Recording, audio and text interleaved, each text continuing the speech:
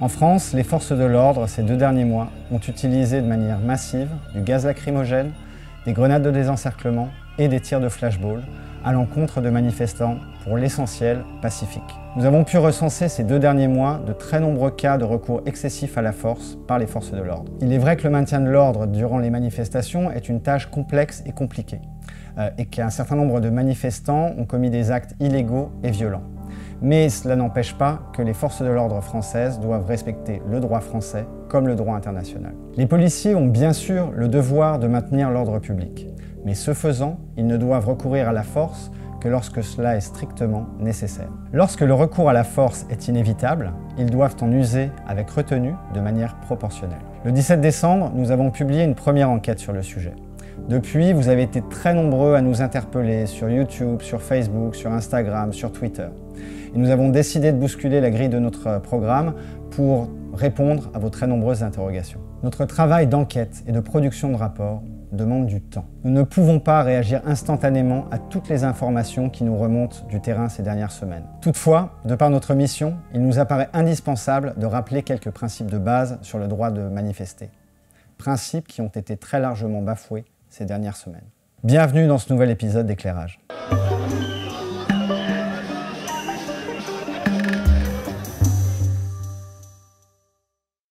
Il s'agit d'une vidéo un peu particulière puisqu'elle va traiter du droit de manifester en France au regard du droit international. Nous avons tenté de regrouper l'ensemble de vos questions et de voir les grands thèmes qui sont dégagés en lien avec le droit de manifester. Une manifestation non déclarée est-elle illégale? Le droit international rappelle que le droit de manifester ne devrait être soumis à aucune autorisation préalable. En effet, devoir demander une autorisation pour exprimer ses opinions dans l'espace public a un effet beaucoup trop dissuasif sur cette liberté fondamentale. Et ce n'est pas à un État d'autoriser ou non que telle ou telle opinion puisse s'exprimer dans l'espace public, sauf si bien sûr elles appellent à la violence, à la haine ou à la discrimination. Les manifestations sur la voie publique sont donc présumées légales. Il est en revanche admis que les États encadrent le droit de manifester et qu'ils demandent par exemple aux organisateurs de déclarer à l'avance leur manifestation sur la voie publique, et cela dans le seul but de s'assurer du bon déroulement de la manifestation. En France, la déclaration doit être faite en mairie ou à la préfecture de police dans le cas de Paris. Cette déclaration doit se faire entre 15 jours et 2 jours maximum avant le déroulé de la manifestation. Les organisateurs doivent donner leur nom, leurs coordonnées, l'objectif de la manifestation, le parcours de celle-ci. Cette déclaration oblige les autorités à délivrer un récépissé, mais ce qui n'enclenche pas un mécanisme d'autorisation. En droit international, une manifestation non déclarée n'est donc pas forcément illégale. Mais en France, le droit français joue un peu sur les mots. En France, une manifestation n'a pas besoin d'autorisation pour être légale, mais sa déclaration est obligatoire. La loi française ne le dit pas tel quel, mais une manifestation non déclarée devient de fait illégale. Cela revient à faire de la déclaration une espèce de mécanisme d'autorisation préalable. Le Code de sécurité intérieure punit de 6 mois d'emprisonnement et de 7 500 € d'amende le fait de ne pas déclarer ou de déclarer de manière erronée, ou de maintenir une manifestation lorsque celle-ci a été interdite.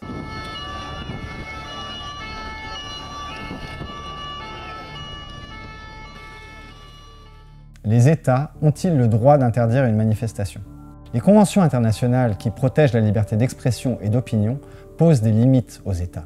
Pour être légitimes, les restrictions imposées au droit de manifester doivent être prévues par la loi et nécessaires pour protéger un intérêt public. Par exemple, protéger les biens et les personnes ou protéger les libertés d'autrui. Les autorités peuvent ainsi interdire les manifestations qui appellent ouvertement à la haine, à la violence ou à la discrimination, ou celles qui créent un trouble exceptionnel à l'ordre public. Enfin, les moyens employés pour restreindre le droit de manifester doivent être strictement proportionnés au but poursuivi. Par exemple, interdire une manifestation alors que changer son parcours aurait suffi à éviter des heurts avec des contre-manifestants, par exemple, est disproportionné. Ou si des moyens supplémentaires peuvent être mis à disposition pour garantir le bon déroulement de la manifestation.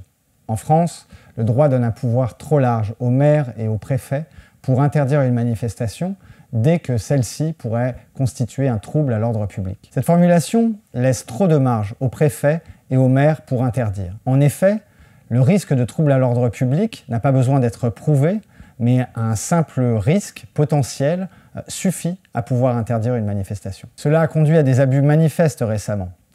Par exemple, à Nancy, en décembre dernier, la marche pour le climat a été interdite. Elle a finalement été maintenue par les organisateurs et elle s'est déroulée de manière parfaitement pacifique.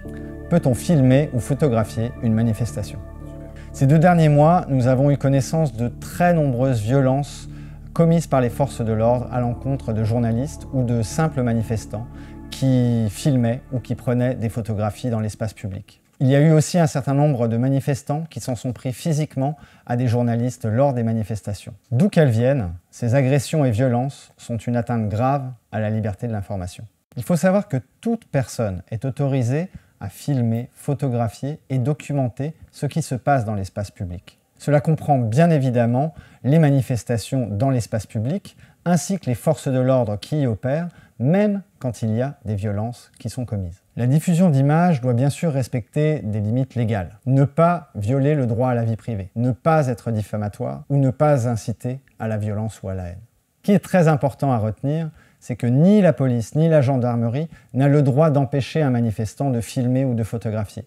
Ni la police ni la gendarmerie n'ont le droit de confisquer du matériel ou de vous demander de détruire ce qui a été filmé. Empêcher une personne, qu'elle soit journaliste ou manifestante, de prendre des images, de photographier ou de documenter est une atteinte grave à la liberté de la presse et au droit de manifester.